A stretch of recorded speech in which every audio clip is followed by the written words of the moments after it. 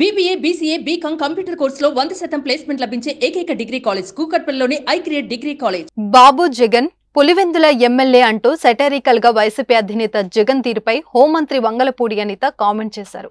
వెనుకొండల వర్గ విభేదాల కారణంగా హత్య జరిగితే జగన్ శవ రాజకీయాలు చేస్తున్నారని ఆరోపించారు. హత్య సంఘటనను ఖండిస్తున్నాం, చట్టపరంగా కఠినమైన చర్యలు తీసుకుంటామని, కానీ వాటిని అడ్డు పెట్టుకుని అబద్ధాలు చెప్పడం కరెక్ట్ కాదన్నారు. గత ప్రభుత్వంలో పోలీస్ వ్యవస్థను నిర్వీర్యం చేశారని విమర్శించారు అనిత.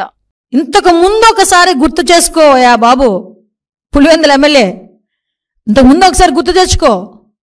ఒకసారి ఇవన్నీ చేసి ఈరోజు తిరిగి మా మీద ఇంకొకటి, నిన్న మొన్న సాక్షి పేపర్లో అదొక పాంప్లెట్ పేపరు, నా సాక్షి పేపర్లో ఈ వెహికల్ గురించి మాట్లాడారు, జగన్మోహన్ రెడ్డికి ఇచ్చిన వెహికల్ గురించి. అసలు జగన్మోహన్ రెడ్డి అన్న వ్యక్తి ఈరోజు పులివెందుల ఎమ్మెల్యే, కేవలం ఒక ఎక్స్ సీఎంగా ఉన్నందుకు గాను Z+ సెక్యూరిటీ ఇచ్చారు.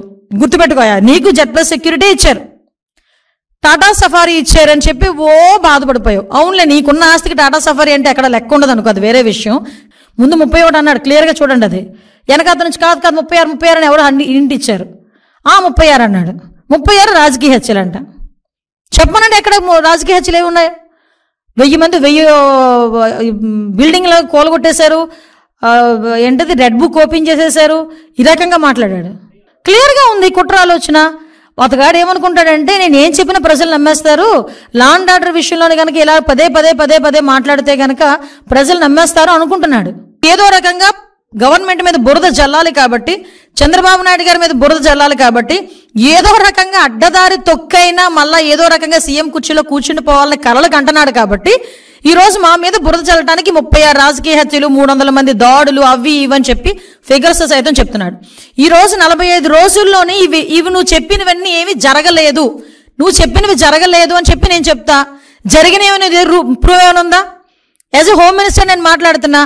నువ్వు చెప్పినవన్నీ కూడా అబద్ధపు లెక్కలు. దీని మీద నువ్వు ఎక్స్ప్లెనేషన్ ఇవ్వాలి.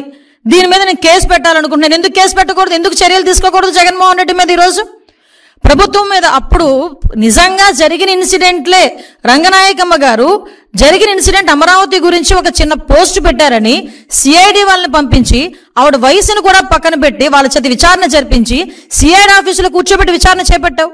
సుమన్ టీవీలో మీ పర్సనల్ అండ్ బిజినెస్ ప్రమోషన్స్ కోసం కింది నెంబర్కి కాంటాక్ట్ చేయండి.